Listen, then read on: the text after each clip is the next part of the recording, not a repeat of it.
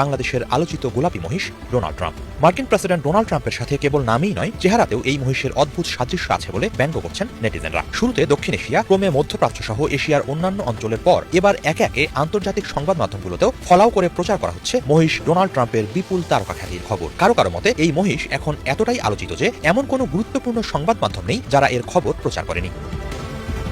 এরই ধারাবাহিকতায় এবারে প্রভাবশালী সংবাদ মাধ্যম রয়টার্সেও এলো এর খবর। রয়টার্সের বিশেষ ওই প্রতিবেদনের শিরোনাম দেওয়া হয়েছে বাংলাদেশে ঈদের চমক, বিরল মহিষ ডোনাল্ড ট্রাম্প। অনেকের দাবি এই মহিষের চেহারার সঙ্গে মার্কিন প্রেসিডেন্ট ট্রাম্পের আশ্চর্য মিল রয়েছে। রয়টার্স জানায় বাংলাদেশের নারায়ণগঞ্জ জেলার এক খামারে লালন পালন করা প্রায় 700 কেজি ওজনের এই মহিষের নাম ডোনাল্ড ট্রাম্প রাখার কারণ এর কপালের ওপর ঝুলে থাকা সোনালী রঙের চুল অনেকের কাছেই ট্রাম্পের বিখ্যাত হেয়ার স্টাইলের মতো মনে হয়েছে।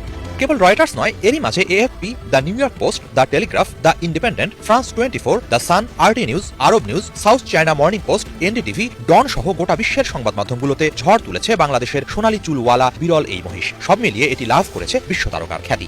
ইরানেরও চোখ এড়ায়নি এই মহিষ। এরই মাঝে এটি নিয়ে মার্কিন প্রেসিডেন্ট ট্রাম্পকে খোঁচাও দিয়েছে তারা। রাশিয়ার ইরানি দূতাবাস তাদের এক্স অ্যাকাউন্ট থেকে মহিষটির ভিডিও শেয়ার করে লিখেছে, বেচারা ডোনাল্ড ট্রাম্পের সঙ্গে তুলনায় মন খারাপ হয়ে গেছে বাংলাদেশি মহিষটির। ট্রাম্পের সঙ্গে তুলনার পর খাওয়া দাওয়া ছেড়ে দিয়েছে সে। ওই পোস্টের সঙ্গে মহিষ ট্রাম্পকে নিয়ে করা রুশ সংবাদ মাধ্যম আরটি নিউজের একটি প্রতিবেদনও শেয়ার করেছে ইরানি দূতাবাস। এছাড়া ইরানের বিভিন্ন সংবাদ মাধ্যম ও তাদের সঙ্গে সংশ্লিষ্ট সামাজিক মাধ্যমের পেজগুলোতে সাড়া ফেলেছে মহিষ ডোনাল্ড ট্রাম্প। সেগুলোতে রাজনৈতিক ব্যঙ্গ হিসেবে মার্কিন প্রেসিডেন্টকে কটাক্ষ করে জুড়ে দেওয়া হচ্ছে এই মহিষের সংবাদ। এই ভাইরাল গল্প এখন আর শুধু একটি মহিষের গল্প নয়, এটি হয়ে উঠেছে একটি বৈশ্বিক অনলাইন ট্রেন্ড, যেখানে বাস্তবতা, কৌতূহল, বিশ্ব রাজনীতি আর ডিজিটাল পপ সংস্কৃতি এক হয়ে গেছে।